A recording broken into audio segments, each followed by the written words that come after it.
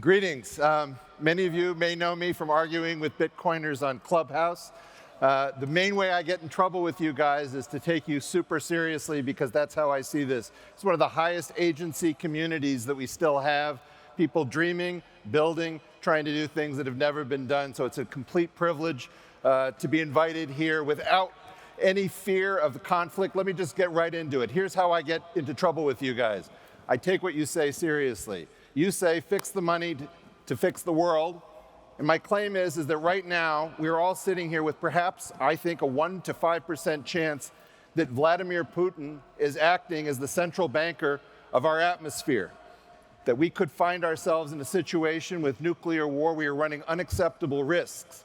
And unless you're collectivists, and I don't know, do we have any collectivists in the audience?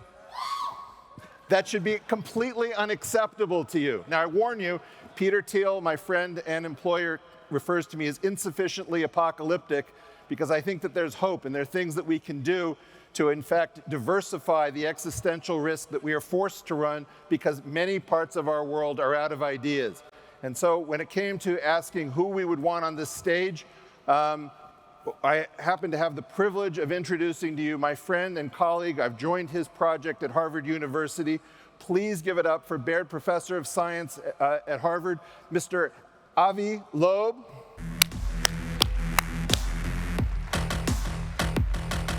Avi, welcome. Have a seat. Avi, let me ask you a question. If I understand correctly, you were the first person to have identified material coming from other solar systems into our own. Is that in fact correct? NASA has certified this now and allowed us to discuss this?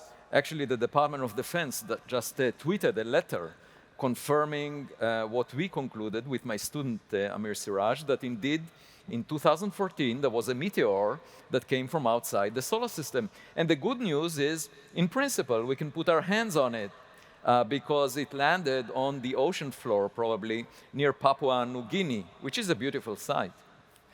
I look forward to traveling there with you sometime soon. But let's get right to the point. The feeling that I have is that we cannot, at the moment, diversify this unwanted collective risk that we are all running, sharing an atmosphere with Peter Daszak, Vladimir Putin, and perhaps some that would despoil the environment to the point of being unrecognizable. What are our prospects for getting the heck out of here and diversifying into the cosmos? Well, think of it as if we are sitting in the living room, and there are some people we don't really enjoy being with. And moreover, parts of the living room are on fire.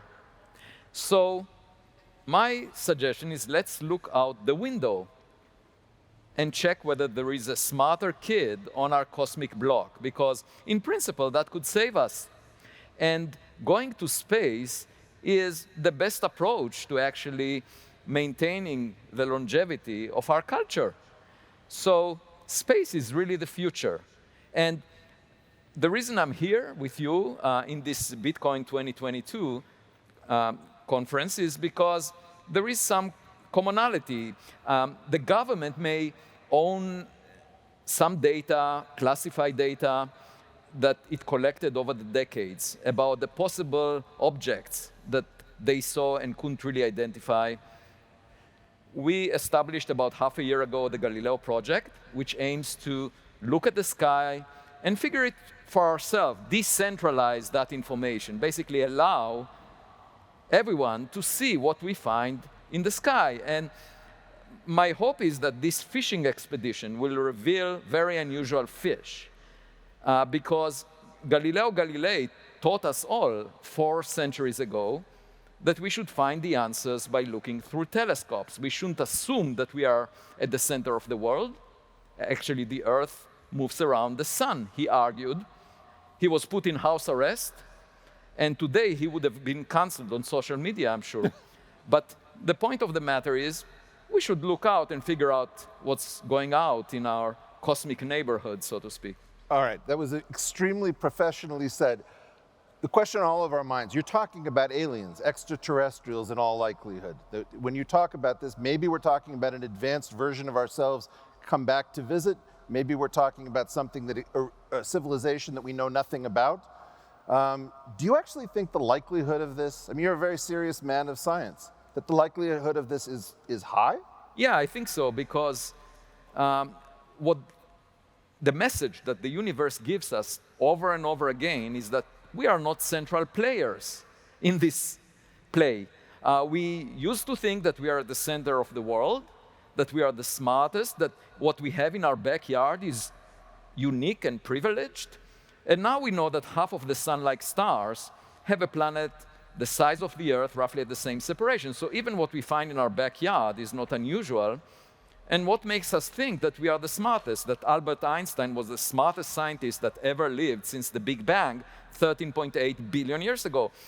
There are so many planets out there, more than the number of grains of sand on all beaches on Earth, that could have given reason to a scientist smarter than Einstein 1 billion years ago. Let me ask you a question about that. We have a situation where there's an island in the Andaman Island chain in the Indian Ocean called North Sentinel Island. We think that there are probably about 300 islanders. They don't know that they're claimed by India. India won't let anyone land on this island. And they're probably thinking that they have a Fermi paradox. They see ships in the distance. Occasionally, they get a visitation. They kill whatever it is that lands on their shores. Is it possible that the explanation for so many possible civilizations and worlds, none of them having conclusively visited us so far, is that we're in fact owned by something else, claimed, and we are the North Sentinelese, and that maybe we're scaring the heck out of whoever owns us by being far more advanced rather than humble? Maybe they're sort of surprised that we were able to detonate a few devices that got their attention. What do you think? Well, my basic premise is that we are not that significant in the big scheme of things, and that's why, we don't hear from them very clearly. But I do believe that smarter cultures exist out there, and the only way to find out is by looking up and not assuming that we are the smartest kid on the block. And we haven't done that. Astronomical observatories were only able to identify objects as big as a football field from the reflection of sunlight over the past decade. So asking where is everybody without searching makes little sense. And we have been searching, for example, for the nature of most of the matter in the universe. I must say it's quite embarrassing that when we study the universe, we don't know what most of the matter is. It's called dark matter. It's 5 times more abundant than the stuff that we are made of. And we don't know what it is. And we are investing billions of dollars in the search for dark matter. We haven't found it for 40 years. However, we haven't funded yet a search for equipment just like the one we sent to space in the form of Voyager, New Horizons. Another culture could have done that 1 billion years ago, and it could have been AI astronauts, some equipment that has artificial intelligence capable of making decisions without any guidance from the senders, because the senders may have died by now. And we should be open-minded and search out and learn from them, because it's possible that our knowledge of reality, including what we learned over the past century from physics, is incomplete. Maybe they're using the dark matter as rocket fuel. Maybe the vacuum is being harnessed. We know that the vacuum is important for the accelerated expansion of the universe. Our knowledge is incomplete, and by looking over their shoulder, we might figure out what we're missing.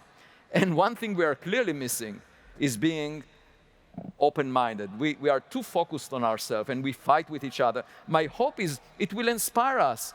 By finding a smarter kid on the block, we would realize that the differences among us as humans are meaningless, that in fact we should treat each other with respect as equal members of the human species. Let me idealists. So let me ask you a question about this. What if I have faith in our system and I say, well, surely Harvard University, the US government, the Department of Defense know what they're doing. Are you having this data that our government apparently holds shared with you as an esteemed professor of astrophysics at Harvard? No. And I don't want to see classified data because that would limit my ability to communicate freely. But why won't they unclassify it? If we are potentially under a threat, as they now tell us, wouldn't it be completely psychotic not to share the most important data with the scientists? There's a scene in the movie Airplane where they're trying to get this plane to land on the runway safely, and it says, should we turn on the landing lights?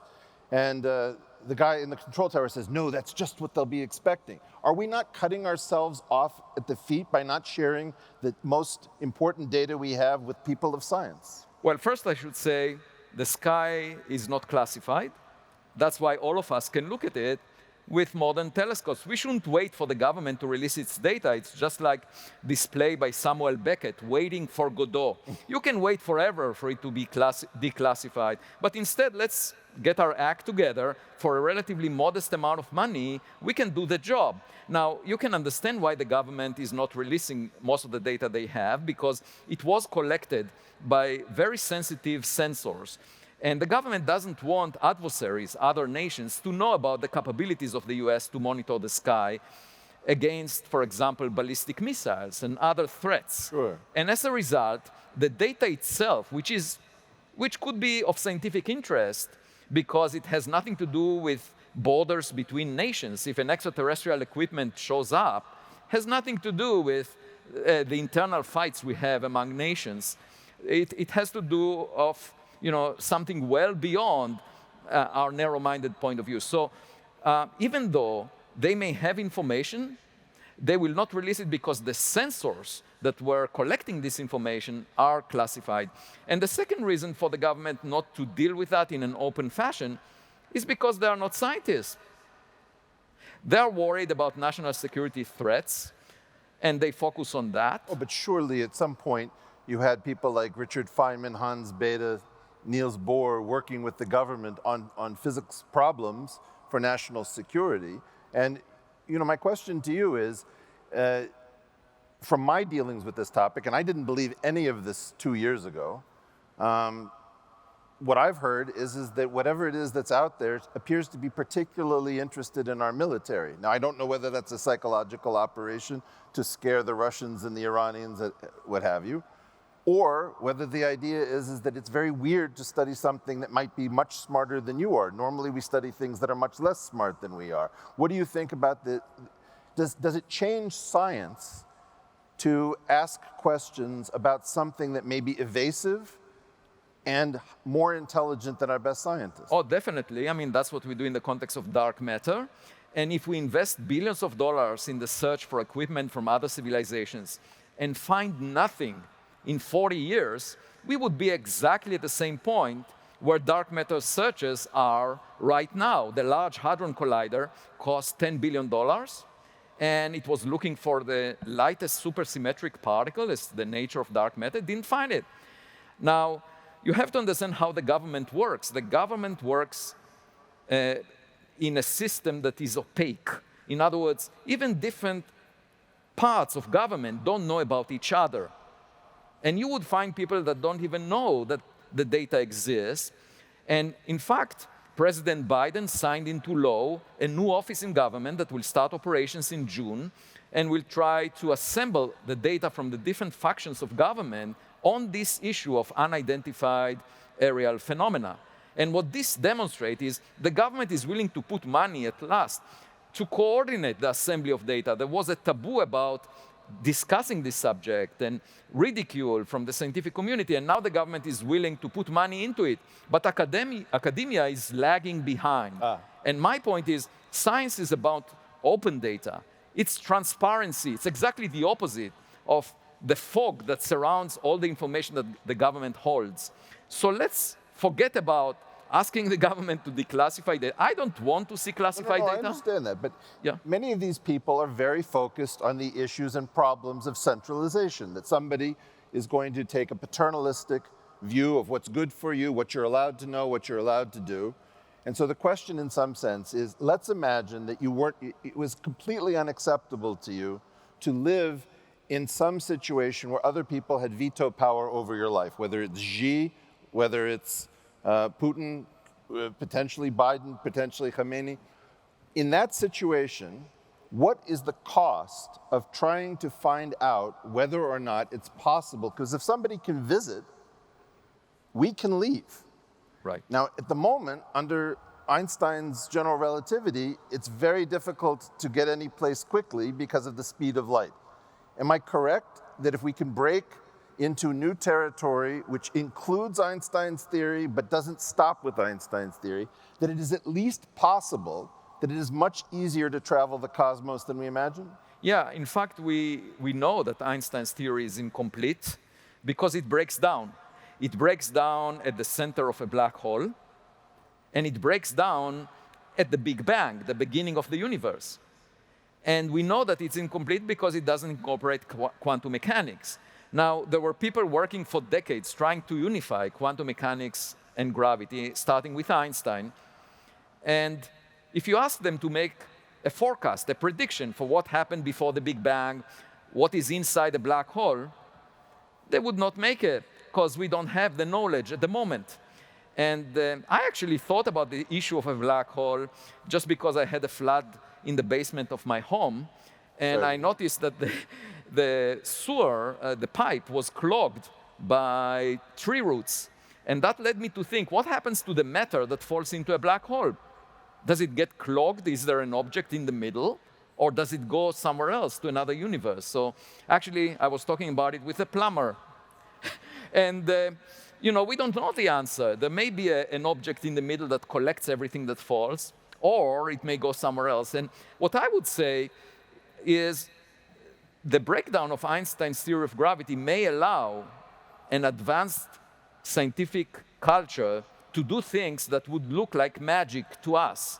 The technological gap between us and them would resemble a caveman, a cave dweller, finding a cell phone. Of course, the cave dweller would argue it looks like a shiny rock of a different type that I've never seen before. But once he presses a button, he would record his voice and then realize that it's not a rock. And a cave dweller going to New York City and seeing all the gadgets would not allow that person to reverse engineer everything that he sees. So my point is, if the technological gap is huge, we just don't know what's beyond our knowledge.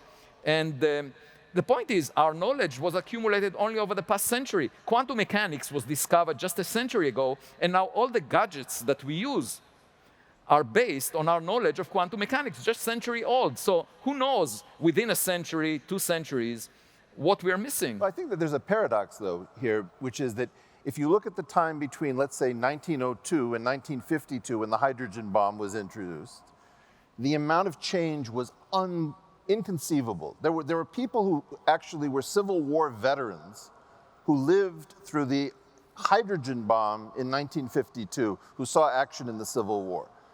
That's the distance between those two times is inconceivable. But in some weird way, with the exception of things that involve screens, you can't really easily tell in a room whether you're in 1973 or the present, other than style issues and screens. So we've lived in a time where things haven't moved very much. Right. But on the other hand, it took us only 20 years to get from the discovery of the neutron in 1932 to being able to unleash the power of the sun on Earth. Right. Now, in a certain sense, this community is dedicated to the person who solved the double spend, or the team or whatever solved the double spend problem, which you and I might interpret as a conservation law, effectively taking the physics of conservation of energy or angular momentum or matter and energy together. If you think about it, in a certain sense, the Bitcoiners are the first people to push into the logical layer the constraint of the physical world, which is conservation. Is it possible in some sense that what we need to be doing is to be creating an as-if complete physics inside of a computer based on Satoshi's initial ingenious observation that this was even possible? Quite possibly. What I would argue is that in the future, artificial intelligence might serve a very important role in science because it will not be driven by its ego, the way scientists were in academia for many decades. And when you are paying attention to evidence and trying to infer what it means, you use nature to guide you. Our imagination is not as big as nature's imagination. I mean, we were surprised by quantum mechanics. We thought that we know everything about reality from classical physics. And, obviously, it was incomplete. So in much the same way, we are driven towards believing much more of ourselves than we actually deserve to be believed. And an artificial intelligence scientist might not be that way, might pay attention to all the data available and try to infer what it means and look at anomalies, because anomalies, unusual things that we see in the sky, for example, carry the potential for enlarging our knowledge. And one such anomaly was discussed in my book, Extraterrestrial, and that is this object Oumuamua that was discovered in 2017. And to me, it was a wake-up call. We really need to pay attention, look through our window. Perhaps there are smarter kids on our block. And I think doing it ourselves shares this vision of Bitcoin that, let's not wait for others to do it for us. So I just checked today about who the top 3 wealthiest individuals may be on our planet. And I noticed that the person who is probably the wealthiest individual is terrifying number 2 and number 3, which would be Elon Musk and Jeff Bezos, right? And so both of these guys, in number 2 and number 3, are trying to figure out how to liberate the planet from the tyranny of being stuck on this one rock with rockets. If we were to dream a little bit bigger, and we were to do, as you say, with the Galileo project, or SETI is the group that's trying to listen, or some of us are trying to actually innovate in fundamental physics. If one of these projects could work, could we leapfrog over rocket technology, which is only going to be able to maybe get us to the moon and Mars in terms of habitability, which is not a lot of diversification? Dream with us, what might be possible if we were able to learn that some other civilization had mastered spacefaring? How quickly could everything change, given how quickly things, maybe not recently, have changed? But Bitcoin is the one big thing recently that really upended what we thought was possible. What might be possible in terms of completing the diversification project that Bitcoin has begun? Yeah, so I think we should change our focus from commercial interests to saving humanity, in a way. And when I was with Jeff Bezos on a panel at the Ignatius Forum in the Washington National Cathedral a few months ago, he was talking about bringing people to space, but that was a business plan. And if you try to move into space, you shouldn't think about the business plan, because you should be driven by spirituality, by exploring the unknown, because what we know is very limited. That's a sense of modesty that we should exhibit when going to space. If you lift your body by 1% of the Earth radius, that's not very impressive. The universe is 10 to the power 19 times bigger than the Earth radius. So just going 1% of the Earth radius above the ground, that should not be your ambition. Your ambition should be going outside the solar system, learning what is out there. There might have been someone out there that knows much more than we know, and we could save ourselves. There could be leaflets through our solar system telling us what to do, and we just don't read those love letters in our mailbox because we don't look out. And only over the past decade, we were able to look for an object as big as a football field. And frankly, NASA never launched a rocket as big as a football field. So there might be a lot of smaller objects passing by in the dark, and we keep obsessing with what the dark matter is. That will have little influence on our daily lives. If we find an extraterrestrial technological relic, it would change everything. It will change our perspective. It could give us a meaning for our life.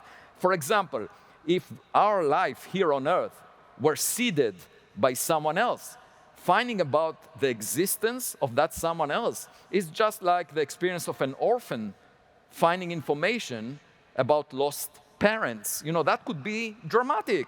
So we keep playing in this sandbox of fighting among each other, between ourselves, trying to conquer a piece of land here or there. These are very localized ambitions. We should, instead of thinking about commercial benefits, we should think in a bigger context. Maybe, but one of the genius things about Bitcoin is that Bitcoin recognizes that humans are humans. We're driven by status. We are driven by ego. And Bitcoin is, in some sense, a process by which intelligent people have been able to convert sort of base human desire into something which is very collaborative, as much as they can be very aggressive. If you haven't met the maximalists, you will.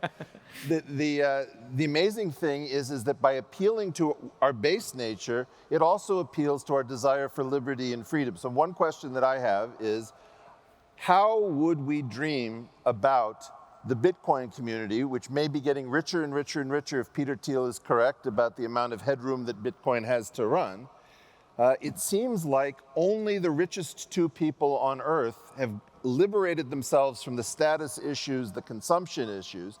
If we were to bring that down, and so people could start allocating smaller amounts towards a Hail Mary pass for humanity to survive, how would we start to allocate those dollars, because it's going to get paid for in fiat, but from Bitcoin, in order to improve our chance of decentralization so that we're not dependent on Vladimir Putin's good behavior or whether Exxon has sold so many barrels of oil that it processed? How can a community that actually cares both about humanity and about material well-being get involved? I mean, we're not asking for anybody to contribute, but how would that work? Yeah, so first I should say the biggest thrill that I have watching the audience is the age of the audience. I really like young people because they don't carry baggage, okay? They think ahead. And, over your life, you rub against people, and then even though you had some unique colors when you were born, just like seashells on the beach, rubbing against a lot of people, takes away your special colors. And that's why young people represent to me a more authentic community that could push our frontiers forward. So I really am delighted to see the young. And in terms of the way to proceed, it really is about what motivates us. And I think if we define the goal as saving humanity, not just fixing the money. Fixing the money is an intermediate step, of course, decentralizing and so forth, but also decentralizing our knowledge, not allowing authority or government to control what we know. That is extremely important. And science is all about sharing information. And I think as long as we have the correct guiding principles, we'll reach very far. But if we are driven by our ego, by maintaining our territory, by gaining territory, in a zero-sum game kind of situation, then, it will be as boring as our past history was. Well, let's hope it doesn't come to that. I would say in closing that what I found is that even though this community can be very aggressive and has its own immune system, it's also got some of the most forward-thinking people, the most agentic people, and we don't have all the answers on this question, but I think it's a great sign that this conference, which is sometimes talking about custody and payment processors and the like, is also willing to dream a bit collectively. This is the best form of collectivism, is to think about different ways in which we might solve this problem. And I would say that this is also, to me, precious because it's one of the most agentic communities anywhere. It's a community that has seen a miracle in its lifetime transform many lives and see people come together where I doubt very few people would have imagined a conference of this size might be possible. So I just want to say on behalf of us both, thank you guys for entertaining a really far out ideas, your closing panel. In part, we're turning to you because we don't know exactly what to do with the amount of degradation inside of our enterprise. And if I am insufficiently apocalyptic, as my friend Peter says, it's because there are possibilities within physics, astronomy, looking up, daring to dream and believe that may in fact liberate us from the great threats that even fixing the money will not actually fix this world. But if it allows us to get off the rock and off the planet, I think we have a fighting chance. So I want to say thank you guys for having a great conference. And let's make the... I am here with Stacy Max and now Catalina Castro. So really excited to jump into this panel. Wow, what a wide-ranging conversation. We talked about dark matter, we talked about artificial intelligence, we talked about Hail Marys to save humanity. I want to hear about what you all think about this. I'm going to start with you, Catalina, since you're new to the panel.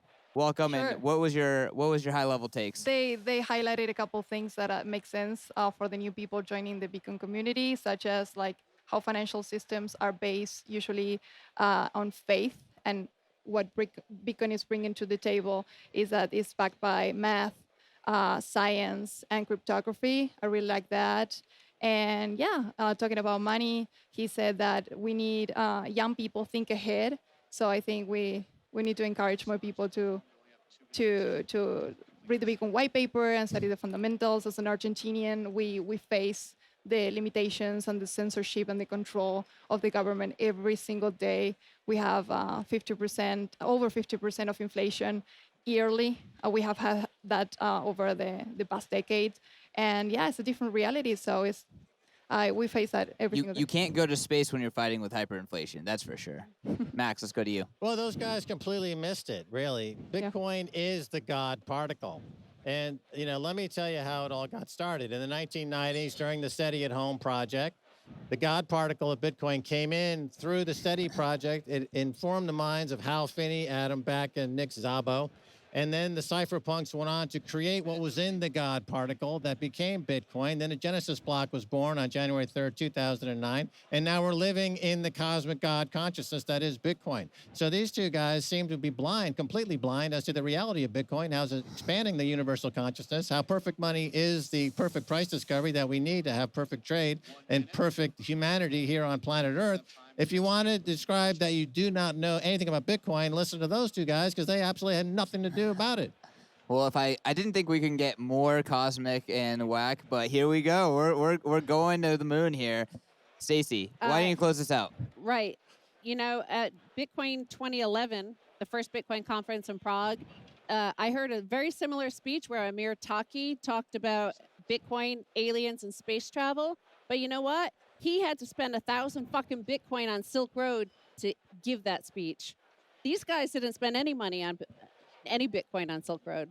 Wow. No, I mean, it's obvious, I think, that they aren't full Bitcoiners, although it was a very, very interesting conversation. Generally speaking, though, when it comes to getting away from the planet, I think Bitcoiners want to save the planet. So I think Bitcoiners are all about Earth. And we're going to wrap this one up. Make sure to subscribe. Make sure to tune in to our closing notes. Thank you.